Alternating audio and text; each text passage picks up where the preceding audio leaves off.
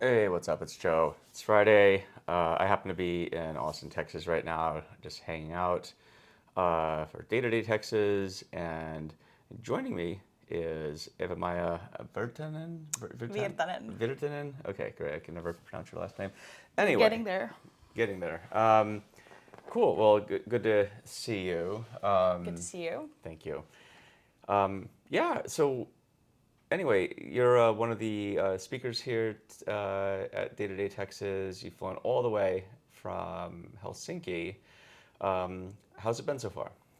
I love it. I think Austin has been really awesome. We went last night to just see some live music and to the Sixth Street and really enjoying the place right now. And there's sun. We don't have that in Finland too Oh, much. there's sunlight. Yeah. So I like sun. What do y'all like glow in the dark or something over there? Yeah, we just become transparent after a while. It's Mm. like, it's totally, well, a few months in the north, it's just like the sun doesn't come up for a few months. We get some sunlight in the south. So, yeah, it's awesome. Looking forward to on Saturday's data conference here, Day to Day. And also, there's a speakers party I heard Yeah, should be tonight. fun. Yeah. Yeah, I mean, I've been coming here my third year here, but it's cool. The speakers party is good. You get to obviously hang out with speakers. And the cool thing I like about Day to Day Texas is it's an independent conference, and so you don't have to hear a lot of vendor pitches or any of the shenanigans typically associated. I would say the bigger, kind of more vendor-driven conferences. Not that there's anything wrong with them. Vendors are going to do what they do, but this is a chance for I think practitioners and leaders just come together and have candid conversations and listen to talks. And anyway, you're giving a talk. What is it about? It's about bridge skills. It's something that I've been thinking for a while. Like, um, really need to dig into like what is really going on. Like these are problems. I call them forever problems that we've had. Like silos, data quality, etc. These are problems that have been like a plague for the industry for a long time. Even still, like the high data maturity, I think it's like less than 10% in the companies, and what's the percent? 85% data initiatives fail, or we have a lot of issues that we need to talk. And I think tech is not the solution. We have a lot of narrative around tech, and I mean it's fun, and in practice we do that a lot. We use the tech as our tools, but I think we really need to discuss the humans and how does it all affect when the data ecosystem comes together. And there's a lot of different systems that are affecting us, and if we think about like in systemic thinking. So in the end, we are just humans trying to make a sense out of this. So that's where bridge skills come into hand. What are And bridge skills? well, it's a concept, like it's not even fully like realized concept yet. It's a thought experiment also. Bridge can be a lot. It can be a bridge between even our brain hemispheres, left and right brain thinking. It can be a bridge from today to the future of work. It can be a bridge between functions, between people. These are skills that are needed to cross these different elements. And we need those skills, and we need to talk about what are those skills so we can actually cultivate them and inject different kind of talent within the data teams that can actually take care of these sort of innocent, not innocent, invisible tasks that are needed to be managed. What are some of the things that need to be managed? Um, Emotions, even. Like, let's talk about stakeholders. Let's talk about all the, like, we have sort of cut the human out of the processes. Like, we don't really think, like, what is good communication or what is a good connection? What is trust? How do you build that glue that actually makes everything work better? Like, everything works so much better when you have trust and like that psychological safety in the organization. So we need to really dig into that. What makes those? What is the composition of that glue? And that becomes like the thing I want to discuss. So you're saying like bridging from maybe a current state to an ideal state of something like trust and psychological safety? Is that what you're Yeah, thinking of? I think uh, if we simplify left brain thinking or right brain thinking, our whole industry, and even since the Industrial Revolution, we've been only focused on the left brain tasks, mostly to be productive, efficient, operationally effective, and we think about system or like technical systems that would provide that ability.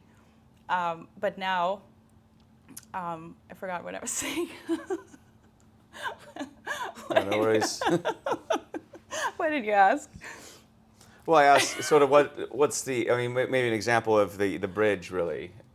So one of them would be from like maybe a situation of low trust to a situation of high trust. Like, is that an Yeah, example so of a bridge you're thinking of? we need to break that into like in practical steps.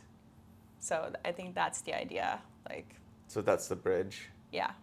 What are the skills you need to have bridge skills? Well, since I'm not a like researcher in that sense, I'm just a data engineer. But like what I think, like what I've read a lot about behavior science and psychology and organizational psychology, so on, neuroscience. So I think like it comes to if we want to think about like this sort of bridging the left and right brain, we need to become that sort of corpus callus that is the bridge between the sides of the brain. So that is the actual bridge. But to actually do the bridging, we need empathy, we need emotional intelligence, we need also self-awareness. Sometimes you need to realize you're the problem. And you know, these are all like, we need to think about our ego, how it drives our behavior, and we need to start seeing those things in others as well. We need to be able to take others' perceptions, like changing perception, what others, how they are thinking about the situation. Okay, this is one part. Then there is systems thinking. We need to start thinking like how we are connecting the dots within the ecosystem. What is affecting the ecosystem? So we need to start realizing what is affecting our behavior. Why is this other person behaving this way? There's a lot of like baggage that is invisible also. There's organizational trauma even, you know? So there's like this invisible things that we need to start learning to see. And it's kind of a code, but it's like, it's in language, it's in hierarchies. It's like, you need to start understanding those kind of stuff as well to be actually implementing new ways of work or tech or whatever. There's adaptability, resilience, and just to like change our normal way of thinking in short term to long term. And these are, again, this is just my train of thought, but I mean, these are very human features that are built with evolution. Like we are mainly focused on survival, so that's left brain. So we need to sort of think like, what is the future? Like we need to become more aware of these other skills that, I think this is a long explanation, but I think the nature of work is going to change. How so? Well, if you think about the future of work, what it's going to be, what is going to be easier to automate would be something that is rule-based. Something that would come, again, to the left brain thinking, like let's say precision, something that is rule-based. Those jobs are going to get moved more towards the right brain thinking. So you need to start thinking in bigger systems. You need to be understanding what you're doing, how your work is affecting the other organization. If there's going to be agentic AI, those are the jobs that are going to be replaced. So everybody needs to start thinking like, how do I change my thinking to be more effective? It's like, it's hard to describe, but this is what I've been thinking, and this isn't a ready concept. So this is just what I want to talk about. Like we need to start thinking differently. So are you saying like we shouldn't act like robots in our jobs? Yeah, I mean, this is due to like how organizations have been built. These are old rules. Like we have like had to take the human out of the space. Like we've been made to be robots. So it's we need to relearn to be human, and it needs to be incentivized. Incentivize. Yeah. Incentivized, Yes. yeah. So it needs to be like, what is your like? How do you affect the organization? Okay, this is a term I came up last night. I was thinking about why we always talk about technical debt. Should we talk about emotional debt? What do you mean? How we addressed like all these emotional needs that we should probably think about. Like in the organization, we are humans. So it was just like processes and like meetings, and it's all this like, it's not a very human thing to do. Like if you think about like how humans evolved, we still have the same brain. It's been a very short term how our, like since industrial revolution, digital revolution, um, we're still trying to behave in the same ways in the rules that were like developed in like 1800s, 1900s, even 1700s. We're still measuring things that were invented in like 1800s, like GDPR. Like, why do we even need the growth? Has anybody even thought about what we are measuring? Like, why are we measuring these things that we never like discuss? These like, should we measure something else, like mental health, well-being? These are changing bit by bit, but we need to do the work. Well, but you come from Finland, which is the Yeah, what is it, the happiest country in the world? they say so. Yeah, What do you mean they say so? because when it's dark, you don't really feel that happy. But I Okay. guess like the happiness index is interesting because it's not about day to day, haha, happy. It's about, do you trust the government? Do you trust the media? You know, how is the structure? Is it safe? And we have like all those like we have very good basics. I always say like Finland is like the best good basic T-shirt. It's not sexy or it's not flashy. It's not a spectacle, but it's a very good country to live in and raise your kids, I think. Yeah, and it's interesting because when I think of bridge skills in a place like the United States, it's especially in tech, right? You're dealing with like especially big tech, like layoffs are happening everywhere. I don't think there's a notion of psychological safety in these organizations, and and I think in these companies it's about doing as much as you can with as few people as possible. That's definitely different than it was 10 years ago, where you were trying to hire as many people as you could for whatever reason. Yeah. But what do so I mean, I think what I'm highlighting is we come from probably different societies Yeah. in a lot of ways and different ways of working. Like I guess from an, I guess you're an outsider to America. What do you think, if you're to look at America, what are some of the bridge skills you would think of that we would benefit from? I think it's a very different way of thinking. Like I come from a very, I think in the U.S. you always think like we're socialists, whatever, blah blah blah. But I think it's like we're more about like collective harmony, and we really think about things that are affecting our collective society together. Okay, we can't compare because it's like 5 million people, and U.S. is a very large country. But I think which is also weird because I feel there's this like certain community element everywhere I go here. Like people are really chatty and always welcoming, and it's different in Finland where everybody more or less minds their business and don't want to intrude. So there's like it's a bit of a funny like different ways that you can see it. But in the States, people are like, you have to be for yourself. You have to be like responsible. You either succeed or not. And in Finland, it's more like, we should all succeed together and stuff like that. So that's the difference. So I think in organizations, I feel in the future, since the nature of work is going to change, these have to be dealt with, because you can't treat people like robots. It just doesn't work. We are not like that. So either you face it or you don't. If you face it, those organizations are going to succeed because they're going to actually enable the people at their best. Well, it makes me wonder what kind of jobs people will be morphing into, right? Because like the current roles, they're almost cookie cutter in a way. I was talking with one cicada about this last night, but it felt like we were talking about how we're raising our kids, and I think a lot of parents, at least here, they want their kids to, here being America, they want their kids to get a job versus having a skill set that they can apply kind of universally. And I think that's a big difference. Yeah. You know, for a parent, I think that's one of the bridges is not thinking in terms of jobs, which may not even exist in a few years or 10 years or whatever, but Yeah.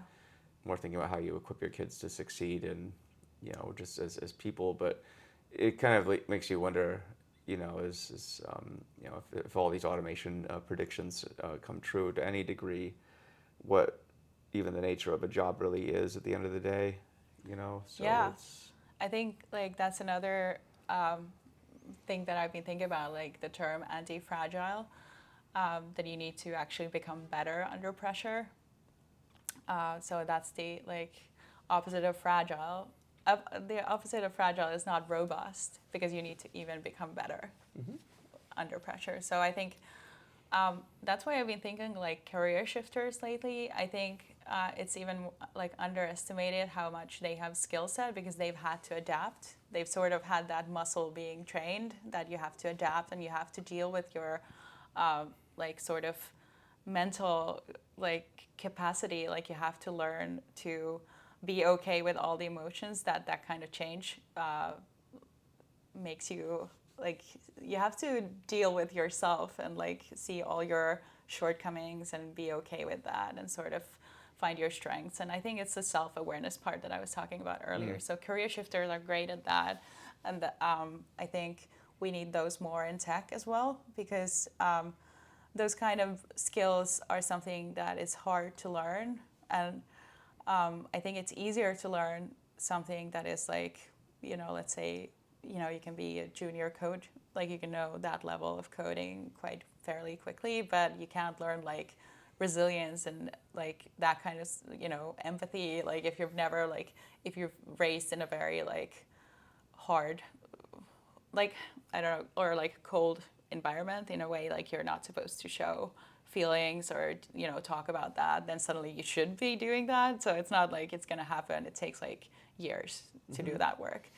So instead, we should inject into the tech teams people with different skill set, even like people with backgrounds like teachers, nurses, social workers, journalists. You know, these are different, like totally different skill sets. I think they would do awesomely well in the teams. And another thing, like if we're gonna start taking people from the front lines, like in the customer service, we're gonna replace them with bots, whatever. These are people who have the domain knowledge and they're good with people. So we should actually move them upstream or like sort of back to the data teams and help them and give them the knowledge of the domain knowledge and sort of everything they know and then help them to connect with the rest of the organization. I think that would be, you know, a good way of thinking, like how we sort of think these job replacements. We should not let these people go. We should take, you know, them back where the product is being made. So that's one thought. Yeah, and a term which I really don't like is soft skills because it was actually invented by the military in like 60s or 70s, and they thought like they needed to separate hard skills, which was like the technical or something that is like easily measurable, like skills, and then the soft skills were just like a term for like leadership skills, communication, these kind of skills that are actually really important also, but that was called soft skills. But because we're human and we think like our brain is lazy, so we hear the word soft, so we think less of it. So, you know, that's why jobs with like, let's say the same people or professions like teachers or nurses, you know, these are super people. They work under pressure. They work like with different kinds of people. They have to make, you know, all kinds of crisis. They're in a crisis mode all the time, but they have to like really, really, you know, these are the most important people, you know, in the society, you know, teaching our kids, you know, saving lives. And then like when we think about that so-called soft skills, it's also leadership. So these people would be amazing as leaders. So we need to change the whole paradigm, because people who know the code of the language of the C-suite, you know, they're really good at that. You know, it's a whole different language. You know, people instantly know if you belong. because they hear how you speak. So if we think about it, like it's not the best, measurement if you're a good leader if you know how to work your way up Well, yeah, necessarily. and I think that the C-suite um, skills too. It's a different way of communicating because a lot of cases it's. I think I put on Blue Sky about this. How I think a lot of people muzzle themselves and they can't really be as candid as they probably should be in calling out problems in the company because it Yeah, costs them potentially the career, right? And so exactly. So it's not incentivized to actually, talk about things necessarily in their like honest. no, I mean corporate speak is like the exact opposite of honest. Yeah. It's meant to be dishonest and evasive and as vague as possible while sounding like you're saying something but you're not. Yeah, so And it's like a so different language or code or game, let's say. hmm So it doesn't help necessarily the organization, and it's sad. yeah, but I don't know. But that's also how it is at least here, right? I mean, the big companies are all just these like soulless, Yeah, massive organizations that sort of have a life of their own, and that's another thing. Is it healthy to have an organization that big? Again, if we come to the brain, human brain, that evolution, how we're very tribal. We like our hmm silos. yeah, So, how can you actually build trust and psychological safety throughout like a large corporation? How long does the vision of the founder like really last until you have like, if you have like, so many steps until to the actual specialists or workers, that would actually, it's hard to upkeep. I think it's impossible. I think is the Dunbar number, the yeah. Dunbar number's 150? 150. Yeah. Yeah, So that would mean like, that would be the optimal or like maximum that you could actually hold connections yeah, to. Yeah. So yeah. we should think about that. Like a lot of things. I know this sounds like idealistic, and that's not the point. But I think just the idea or concept of what we're dealing with. I think we really need to be honest, and the radical honesty about the situation. People are not happy. People are not feeling well. So and it feels like it's like musical chairs. Like I think it's just getting faster and faster, hmm and the chairs are being taken away, and like the ones who survive is like okay, good for you, but like what about the rest? Like we need to like sort of rethink the whole workforce. yeah.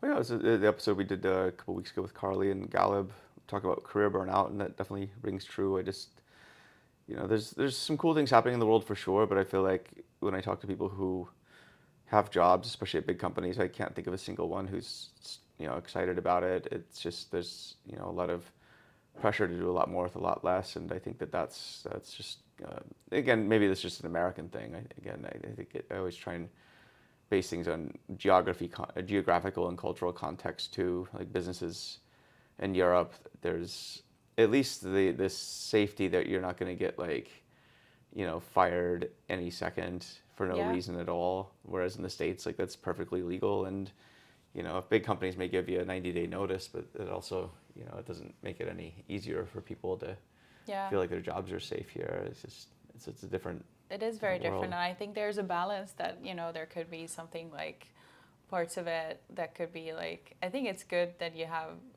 rules and regulations, maybe because I'm biased because I am from Finland, but we're doing pretty well in the happiness index, so I think Yeah. it's like we don't have good growth at the moment, and that's due to many factors. Of course we have issues as well, but then I think we're playing a different game. I think US is very short-term minded, like Oh, in a we only way. think in terms of the next quarter. Yeah, so we think like long term, and in Europe in general, that's why we want to like think for the like. I think it's like sort of like for the humanity. It sounds like very noble, but I think it's more like long term in sense like sustainability and how should we regulate this so it doesn't hurt the future Yeah. generations and stuff. A lot to think about, especially given that things are changing on a seems like a daily Yeah, basis with AI and automation. So, yeah, what was it yesterday? What was it? OpenAI announced Operator, which is one of the latest agent workflows that'll just take control of your computer and do stuff. But if you played with these things, I played with I haven't tried Operator yet. I have to actually pay for it. But Anthropic's checked theirs, and it's definitely a glimpse of what's to come. I mean, I think a lot of work is going to be changing, and maybe you do get back to Dunbar's number, 150 people, precisely because you can have robots doing a lot of the toil, and then you have a company of humans who are, maybe hopefully behaving in different ways than they have in this sort of post-industrial age way of thinking. But I think like it could be like this, like people are getting empowered with like how it gets a lot easier to get new skills as well with like let's say ChatGPT. It can help you learn things faster. It can also, like if we think about agentic AI, you can make new workflows work for you. So there's a lot to think about. I think people are getting stressed because it feels like people have to learn something all the time, and like there's a fear of missing out, and like, do you have to learn everything? I think, that's why I'm thinking we're going back to basics, and like we need to like really respect our humanity more and our qualities as humans. I think those are becoming more valuable. Yeah, absolutely. Well, that's all you got when everything's been. That's what I mean. Away. Like we have to relearn new stuff. We need to make new rules and like think about what do we want to be? Has anybody stopped to think like what do we want to be as humanity? And like, is this it? Like we're just grinding, or like should we actually, maybe create a better world? I don't know. We'll see. We'll see. We're looking forward to your talk. Thank you so much. Yeah, thank you. Have a good one. You too. Bye.